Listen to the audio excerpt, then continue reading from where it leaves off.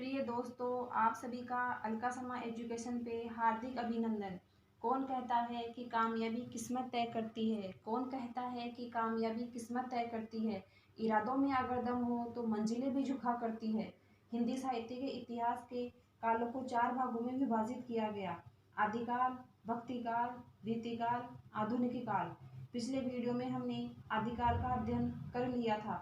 आज हम भक्तिकाल का अध्ययन करेंगे। भक्तिकाल का समय 1300 ईस्वी से लेकर 1700 ईस्वी तक निर्धारित किया गया। मध्यकाल को 2 खंडों में विभक्त किया गया: पूर्व मध्यकाल व उत्तर मध्यकाल। पूर्व मध्यकाल को भक्तिकाल तथा उत्तर मध्यकाल को रीतिकाल कहा जाता है। आचार्य रामचंद्र शुक्ल ने संवत 1375 से 1700 ईस्वी तक के कालखंड को भक्तिकाल कहा है। उनके अनुसार इस कालखंड में भक्ति भावना की प्रधानता थी। इस दृष्टि से इसका यह नामकरण उचित है। डॉक्टर नगेंद्रन ने 1350 ईस्वी से 1650 ईस्वी तक भक्तिकाल की समय सीमा निर्धारित की गई, लेकिन जो सर्वाधिक मान्य मत है उसके अनुसार भक्तिकाल का समय 1300 ईस्वी से लेकर 1700 ईस्वी तक रहा। भक्ति आंदोलन की उदय की परिस्थितियाँ, यानी वह कौन कौन सी परिस्थितियाँ थी जिनके कारण भक्ति का उदय हुआ, जो निम्न प्रकार है। सर्वप्रथम है राजनीतिक परिस्थिति। उत्तर भारत में 1325 से 1526 ईस्वी तक तुगलक वंश, सैयद वंश व लोदी वंश का शासन रहा। मोहम्मद बिन तुगलक, फिरोज शाह तुगलक, सुल्तान महमूद शाह तक तुगलक वंश का शासन रहा। तदुपरांत दिल्ली पर खिलजी खान ने अधिकार कर लिया और सैयद वंश की स्थापना हुई, जो 1451 ईस्वी तक चलता रहा।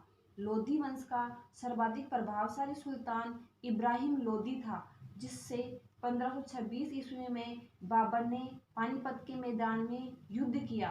भक्तिकाल के द्वितीय चरण में, यानी 1526 ईस्वी के आसपास मुगलों का शासन रहा। बाबर, हुमायूं, अकबर, जहांगीर, शाहजहां के शासनकाल तक भक्तिकाल की समय सीमा है। इस काल के अधिकांश शासकों में धार्मिक सहिष्णुता नहीं थी। हिंदू मुस्लिम जनता में सद्भाव नहीं था। दोनों संप्रदायों के धर्माचार्य भी उनको विद्वेष को बढ़ाने में योग देते थे। यानी जो हिंदू और मुस्लिम धर्म को प्रतिनिधित्व करने वाले जो लोग थे, वो भी जो थे वो दोनों संप्रदाय के बीच की जो खाई थी उसको और ज़्यादा बढ़ाने में लगे रहते थे, ना कि उसको कम करने में। आगे है सामाजिक परिस्थिति। वर्ण व्यवस्था में आस्था रखने वाले हिंदू छुआछूत में विश्वास रखते थे। उनमें ऊंच नीच की भावना विद्यमान थी। हिंदू और मुसलमानों में परस्पर आत्मीयता नहीं थी। स्त्रियों को अधिकार प्राप्त नहीं थे। पर्दा प्रथा उस युग में खास आवश्यकता बन गई थी। बहुत सारे कारणों से अनेक हिंदू धर्म परिवर्तन करके मुसलमान बन गए थे। यानी भक्तिकाल की जो सामाजिक परिस्थिति थी, उस समय जो मुसलमान लोग थे वो बलात् हिंदू स्त्रियों का अपहरण करके ले जाते थे। तो उस परिस्थिति में हिंदुओं की जो औरतें थी उनके लिए पर्दा प्रथा जो थी वो एक खास आवश्यकता बन गई थी। और भक्तिकाल में जो था वो स्त्रियों को कोई भी अधिकार प्राप्त नहीं थे। और ऐसे बहुत सारे कारण थे जिनके कारण अनेक हिंदू जो है उन्होंने धर्म परिवर्तन किया और वो मुसलमान बन गए। धार्मिक परिस्थिति। भक्ति का जो शोध दक्षिण भारत में प्रकट हुआ, उसके प्रचार प्रसार के लिए इस समय उत्तर भारत में अनुकूल वातावरण था। यानी भक्ति का जो उदय माना जाता है वह दक्षिण भारत में माना जाता है, लेकिन उत्तर भारत की जो भक्ति काल के समय परिस्थितियाँ थी वो ऐसी थी कि उन्होंने जो है वो भक्ति के लिए एक अनुकूल वातावरण तैयार किया। रामानंद ने भक्ति का द्वार सबके लिए खोल दिया। इसी काल में धर्माचार के नाम पर अनाचार, मिथ्याचार व व्यभिचार भी पनपा। बाह्य आडंबर तथा कर्मकांड को ही धर्म समझा जाने लगा। भक्ति शब्द का सर्वप्रथम उल्लेख श्वेताश्वेतर उपनिषद में मिलता है। भक्ति की उत्पत्ति के संबंध में विभिन्न विद्वानों के मत निम्न प्रकार है। सर्वप्रथम गिरीशन। गिरसन ने कहा कि भक्ति आंदोलन को जो उदय हुआ वो ईसाइयों के कारण हुआ। गिरसन ने यह भी कहा कि बिजली के चमक के समान इस धारा का उद्भव हुआ। इस धारा का मतलब भक्ति का। यह कहाँ से आई और क्यों आई, इस संबंध में कोई हिंदू नहीं जानता। रामचंद्र शुक्ल के अनुसार देश में मुसलमानों का राज्य प्रतिष्ठित हो जाने से हिंदू जनता हताश, निराश एवं पराजित हो गई थी। पराजित मनोवृत्ति में ईश्वर की भक्ति की ओर उन्मुख होना स्वाभाविक था। रामकुमार वर्मा के अनुसार भक्ति के उदय के जो कारण रहे वह थे कि हिंदुओं में मुसलमानों से लोहा लेने की शक्ति नहीं थी। इस असहाय अवस्था में उनके पास ईश्वर से प्रार्थना करने के अतिरिक्त अन्य कोई साधन नहीं था। हजारी प्रसाद द्विवेदी का मत है कि अगर इस्लाम नहीं भी आया होता तो भी इस साहित्य का यानी भक्ति काल का बाहर आना वैसा ही होता जैसा आज है। इनके अनुसार भक्ति आंदोलन भारतीय चिंतन धारा का स्वाभाविक विकास है। भक्ति आंदोलन का उद्गम क्षेत्र द्रविड़ यानी दक्षिण प्रदेश माना जाता है और कहा भी जाता है कि भक्ति द्रविड़ उपजी लाए रामानंद, यानी भक्ति का जो उदय हुआ वो तो दक्षिण में हुआ लेकिन उसको संपूर्ण भारत में जो प्रचारित और प्रसारित करने का कार्य किया वह रामानंद ने किया। भक्ति आंदोलन के कर्णधार दक्षिण भारत के 12 आलवार संत थे। आलवार शब्द का अर्थ है मग्न। अपनी स्वाभाविक सरलता, मृदुलता, विनम्रता के लिए प्रसिद्ध आलवारों की भक्ति की आधारशिला थी शरणागति या परपतिवाद और अहिंसा की भावना। आलवार जो थे वो विष्णु के भक्त थे, यानी तमिल भाषा में जो वैष्णव थे उनको आलवार कहा गया और जो शैव थे, शिव के भक्त थे, उनको नायनार कहा गया। एकमात्र महिला आलवार भक्तिन आंडाल थी। आलवारों की रचनाओं का संग्रह दिव्य प्रबंधम है जिसमें 4000 गीत संकलित है। आलवारों में सर्वाधिक चर्चित कवि षटकोप थे। आलवार भक्तों ने भक्ति की धारा को उत्तर भारत की ओर बढ़ाया, यानी भक्ति का उदय जो हुआ वो तो दक्षिण में हुआ लेकिन इसको उत्तर भारत की ओर प्रचारित और प्रसारित जो किया वो आलवार भक्तों ने किया। आलवार जो थे वो राम और कृष्ण के भक्त थे। आलवार भक्तों ने दास से, वात्सल्य और माधुर्य भाव से भक्ति की है। आलवार भक्तों की संख्या 12 है जो निम्न प्रकार है और इन आलवार भक्तों के जो नाम हैं वो भी परीक्षा की दृष्टि से महत्वपूर्ण है।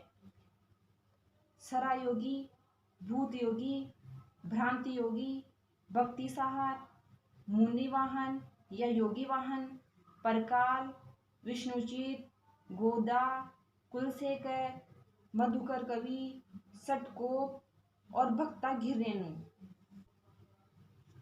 प्रमुख वैष्णव आचार्य।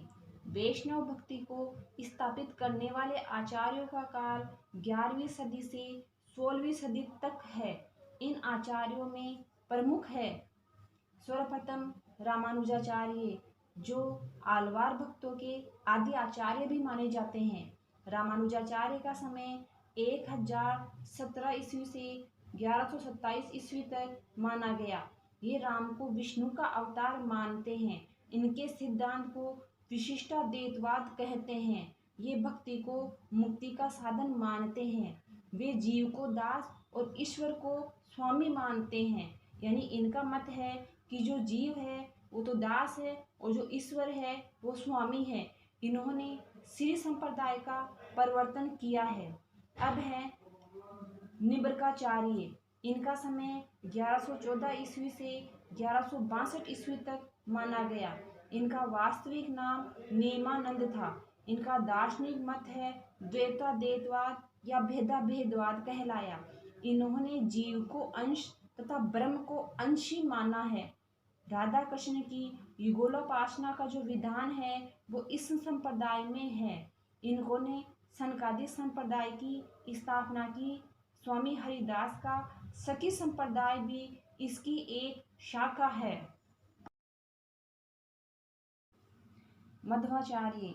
इनका जन्म 1199 ईस्वी में हुआ। इनका दीक्षांत नाम आनंद तीर्थ था। इनका मत द्वैतवाद कहलाया। इन्होंने अद्वैतवाद का घोर विरोध किया। ये जगत को सत्य मानते हैं और ईश्वर और जीव में कोई भेद नहीं मानते। इनके द्वारा प्रवर्तित संप्रदाय का नाम ब्रह्म संप्रदाय है। अगले वैष्णव आचार्य हैं विष्णु स्वामी। इनका समय 13वीं शताब्दी तक माना गया।